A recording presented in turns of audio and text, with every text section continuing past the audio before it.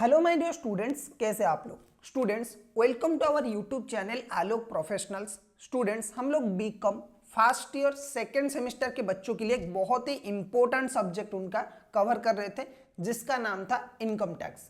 Income tax में हम लोग इंपॉर्टेंट चैप्टर कवर कर रहे थे, जो था इनकम फ्रॉम सैलरी।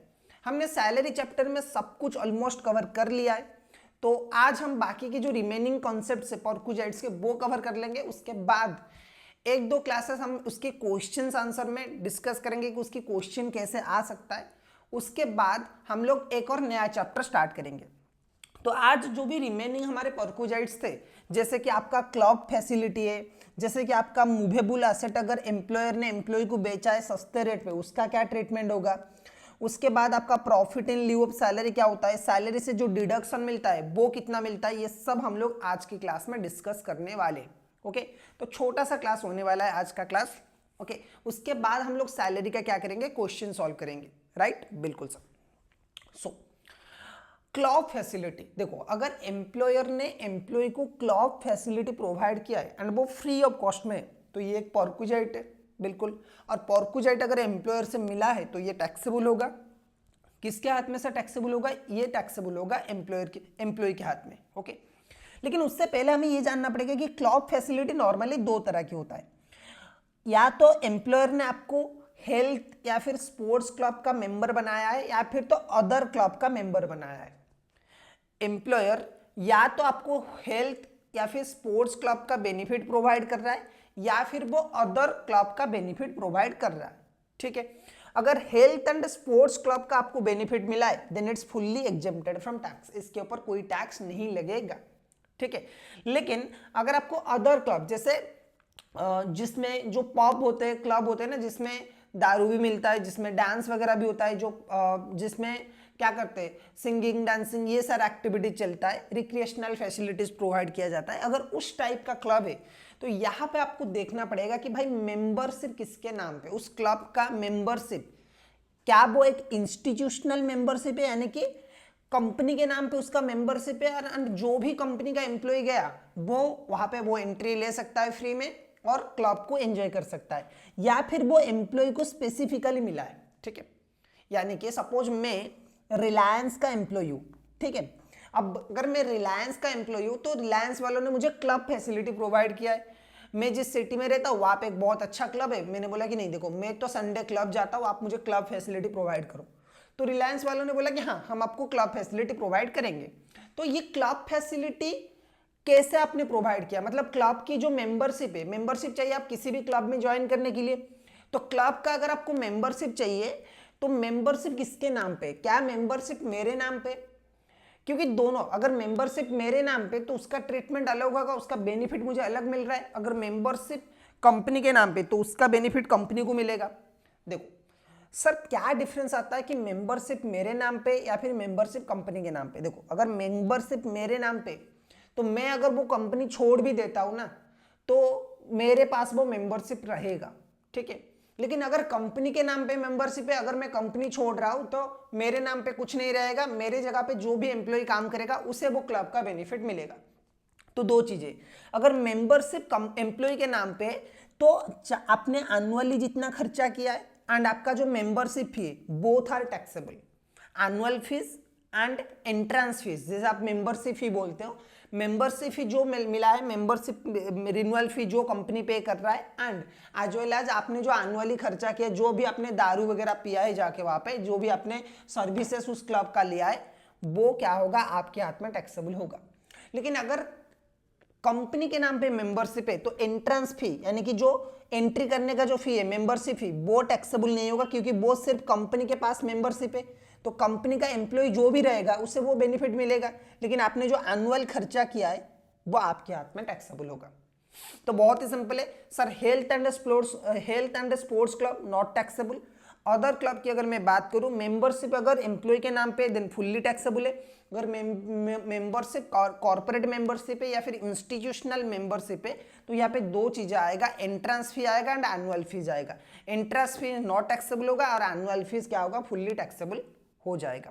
ठीक है, अब बात करते हैं एक बहुत ही इंपॉर्टेंट परक्विजाइट्स के बारे में, जो है sale of movable asset by the employer. अब सर मूवेबल एसेट अगर एम्प्लॉयर बेच रहा है अपनी एम्प्लॉय को, कोई भी एसेट अगर एम्प्लॉयर बेच रहा है एम्प्लॉय को सस्ते रेट पे, तो उस केस में परक्विजाइट का वैल्यूएशन कैसे होगा?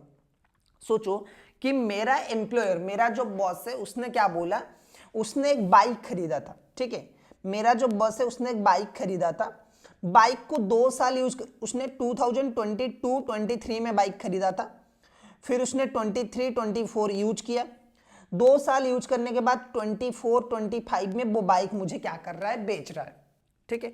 तो अगर वो बाइक मुझे बेच रहा है तो परक्विजाइट कब ट्रीट किया जाएगा?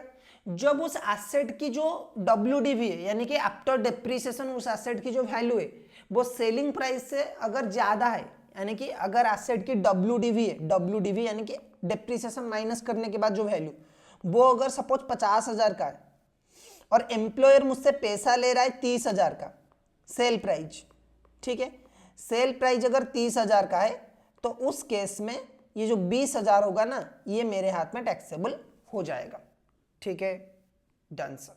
तो चलो देखो, if the sale price is less than the written down value, क्या बोल रहे हैं, if the sale price is less than the written down value the difference will be treated as perquisite. जो सेलिंग प्राइस है ना, अगर वो WDV retain down value से कम है तो उसे परक्विजाइट ट्रीट करेंगे एंड टैक्सेबल होगा in hands of all the employees, ये सारे के सारे एम्प्लॉइज के हाथ में टैक्सेबल होगा। अच्छा सर एक बात बताइए, हम डिप्रिसिएशन कैसे कैलकुलेट करेंगे? जैसे हम अकाउंटिंग में करते थे या फिर डिप्रिसिएशन का कोई मेथड? देखो डिप्रिसिएशन का यहाँ पे बच्चों मेथड दिया हुआ है आपको, कि आपको इसी मेथड में इसी रेट के हिसाब से डिप्रिसिएशन कैलकुलेशन करना है, यानी कि इनकम टैक्स में ऑलरेडी रेट्स मेंशन है, ओके। जैसे कि कोई भी अगर electronic items and computer, electronic items की अगर मैं बोलूँ तो जैसे डिजिटल ड्राइव है, प्रिंटर है, आपका डाटा स्टोरेज डिवाइस है, ठीक है, ये सारे इलेक्ट्रॉनिक आइटम्स में आते हैं, और कंप्यूटर है, इनके ऊपर आएगा 50% का डिप्रिसिएशन, ठीक है। और ये reducing balance method, reducing balance method का मतलब क्या है? रिड्यूसिंग बैलेंस मेथड का मतलब है WDV मेथड। WDV मेथड में, रिटेन डाउन वैल्यू मेथड में डिप्रिसिएशन कैलकुलेट किया जाएगा। अगर सर मोटर कार है तो उस केस में क्या होगा, 20% डिप्रिसिएशन कैलकुलेट किया जाएगा ऑन रिड्यूसिंग बैलेंस मेथड। और इन्हें छोड़ के अदर कोई भी एसेट है तो वो क्या होगा, स्ट्रेट लाइन मेथड में कैलकुलेट किया जाएगा। देखो जो भी आपके होम अप्लायंसेस है, इलेक्ट्रॉनिक आइटम्स जो है ना, इलेक्ट्रॉनिक आइटम्स और कंप्यूटर में देखो जो इलेक्ट्रॉनिक आइटम्स है उसमें क्या इंक्लूड नहीं होगा सर, माइक्रोवेव वगैरह इंक्लूड नहीं होगा। They do not include house hold appliances like washing machine, microwave, mixture grinder, ये सारे आपके इलेक्ट्रॉनिक आइटम्स में नहीं आएंगे। इलेक्ट्रॉनिक आइटम्स में सिर्फ डाटा प्रोसेसिंग डिवाइस जैसे CPU है, डिजिटल डायरी है, कंप्यूटर है, प्रिंटर है, ये सब आएगा। सही है, डन सर। सर परक्विजाइट की वैल्यू हम कैसे निकालेंगे? सर परक्विजाइट का वैल्यू बता दीजिए कैसे निकालेंगे। देखो आपको लेना है original cost of the employer, original cost of the employer, employer जितने में खरीदा था, आपको एक्यूमुलेटेड डिप्रिसिएशन, जितने साल उसने वो एसेट को यूज किया है हर साल के लिए कंबाइंड डिप्रिसिएशन आप ले लीजिए। उसके बाद आपका आ जाएगा रिटेन डाउन वैल्यू यानी कि WDV आपका आ जाएगा, उसमें से माइनस करिए any amount charge from the employee, employee से जितना पैसा चार्ज किया गया है जो आएगा, अगर वो पॉजिटिव में है तो वो आएगा वैल्यू ऑफ द परक्विजाइट। क्योंकि अगर सेलिंग प्राइस कम है और WDV ज्यादा है तभी वो एम्प्लॉय के हाथ में टैक्सेबल होगा। अगर WDV कम है, सेलिंग प्राइस ज्यादा है, तो एम्प्लॉय को बेनिफिट क्या मिला, उल्टा उसका नुकसान हुआ है, ठीक है, ओके सर। इसके बाद हम बात करेंगे profit in lieu of salary. Sir ये profit in lieu of salary क्या है? Profit in lieu of salary का मतलब क्या है sir?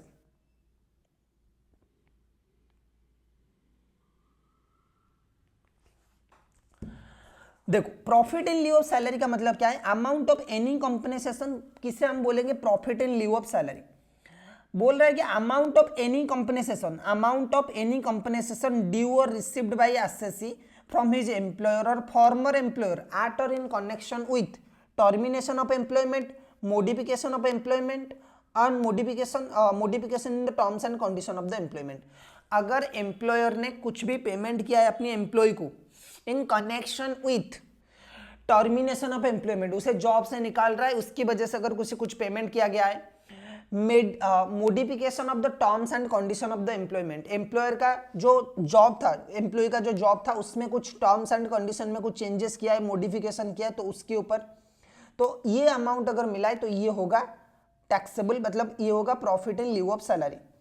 Any lump sum amount due to received by an SSC from his former employer, अगर एम्प्लॉयर से कोई लमसम अमाउंट बड़ा अमाउंट आपको मिल रहा है अदर देन आपका ग्रेचुइटी, क्योंकि ये रिटायरमेंट बेनिफिट में आता है, pension, HRA, retrenchment compensation, superannuation fund, payment of the provident fund, इन सबको छोड़ के provident fund, gratuity, superannuation fund, retrenchment compensation, house rent allowances, इन्हें छोड़ के अगर कोई और पैसा मिल रहा है तो उसे हम बोलेंगे profit in lieu of salary. अच्छा, अगर कोई प्रोविडेंट फंड है और वो यूआरपीएफ से आरपीएफ में कन्वर्ट हो रहा है, कोई अनरिकॉग्नाइज प्रोविडेंट फंड है और वो रिकॉग्नाइज प्रोविडेंट फंड में कन्वर्ट हो रहा है, तो उस केस में क्या होगा, वो जो बैलेंस बचा गया ना उसे भी बोलेंगे क्या, profit in lieu of salary. Any amount received under की मैन इंश्योरेंस पॉलिसी, अगर की मैन इंश्योरेंस पॉलिसी लिया गया है उसमें से कुछ पैसा मिल रहा है तो उसे भी हम बोलेंगे profit in lieu of salary. Any amount due to और received by an employee prior to employment और आफ्टर सीजेशन ऑफ एम्प्लॉयमेंट, अगर जॉब करने से पहले या फिर जॉब करने के बाद एम्प्लॉयर से कोई पैसा मिल रहा है, लमसम पैसा मिल रहा है, तो उसे बोलेंगे profit in lieu of salary. अच्छा, अब ये बात, इसके बाद हम लोग चलेंगे डिडक्शन के ऊपर। सेक्शन 16 हमारा बोलता है डिडक्शन। सेक्शन 16 क्या बोलता है कि देखो, सेक्शन 16 में 3 सेक्शन है। पहला है आपका स्टैंडर्ड डिडक्शन। स्टैंडर्ड डिडक्शन क्या बोलता है सर, कि कोई भी एम्प्लॉय जो है ना उसे सैलरी कैलकुलेशन के टाइम पे उसे एक स्टैंडर्ड डिडक्शन मिलेगा जो कि है 50,000 का, ओके, और amount of the gross salary, उसका जो भी सैलरी है और 50,000, अगर उसकी सैलरी 50,000 से कम है तो उसका सैलरी जितना है वो पूरा का पूरा डिडक्शन मिलेगा, या फिर उसे मैक्सिमम कितना डिडक्शन मिलेगा, 50,000 का जो डिडक्शन उसे मिलेगा वो है मैक्सिमम उसे कितना डिडक्शन मिलेगा, वो मिलेगा 50,000 का।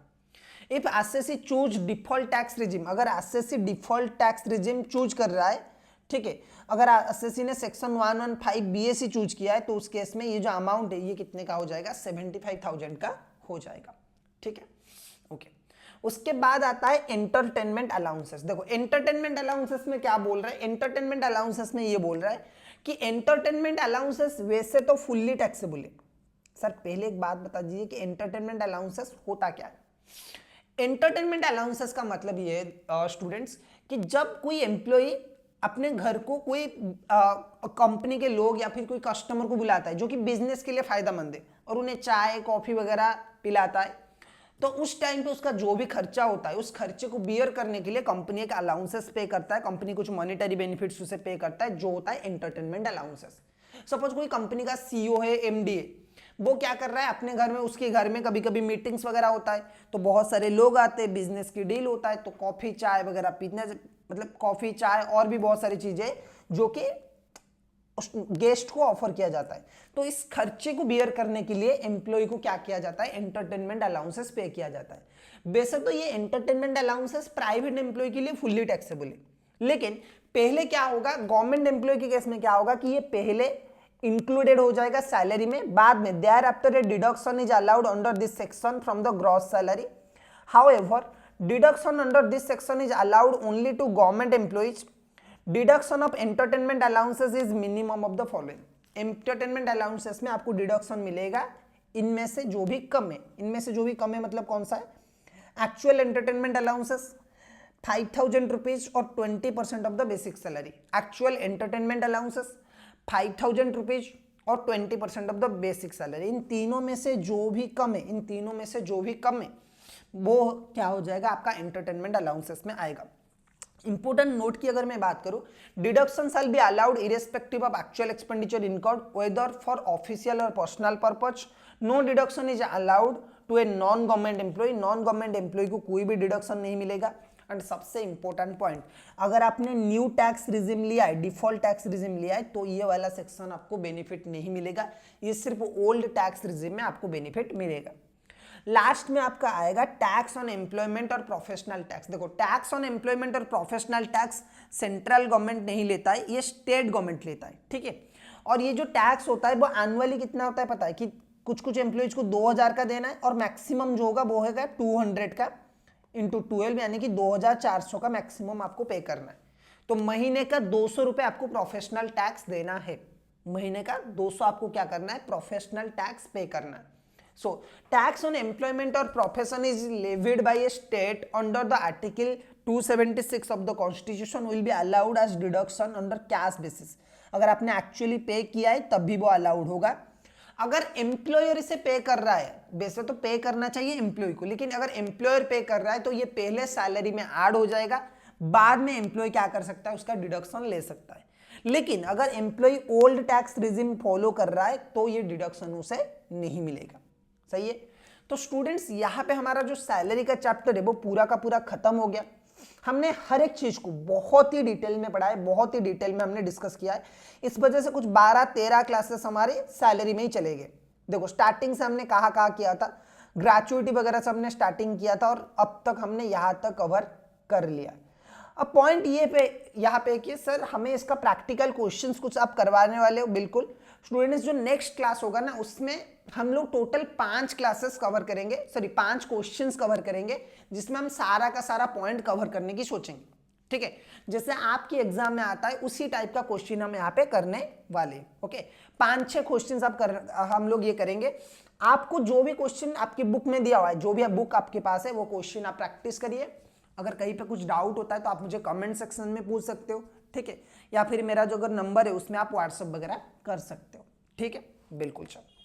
चलो तो यहाँ पे हम लोग सैलरी चैप्टर को एंड करेंगे। उसके बाद वाला जो चैप्टर है ना वो बहुत इंपॉर्टेंट है, लेकिन मैं आपको एक बार बता देता हूँ, इनकम टैक्स थ्योरेटिकल चैप्टर नहीं है।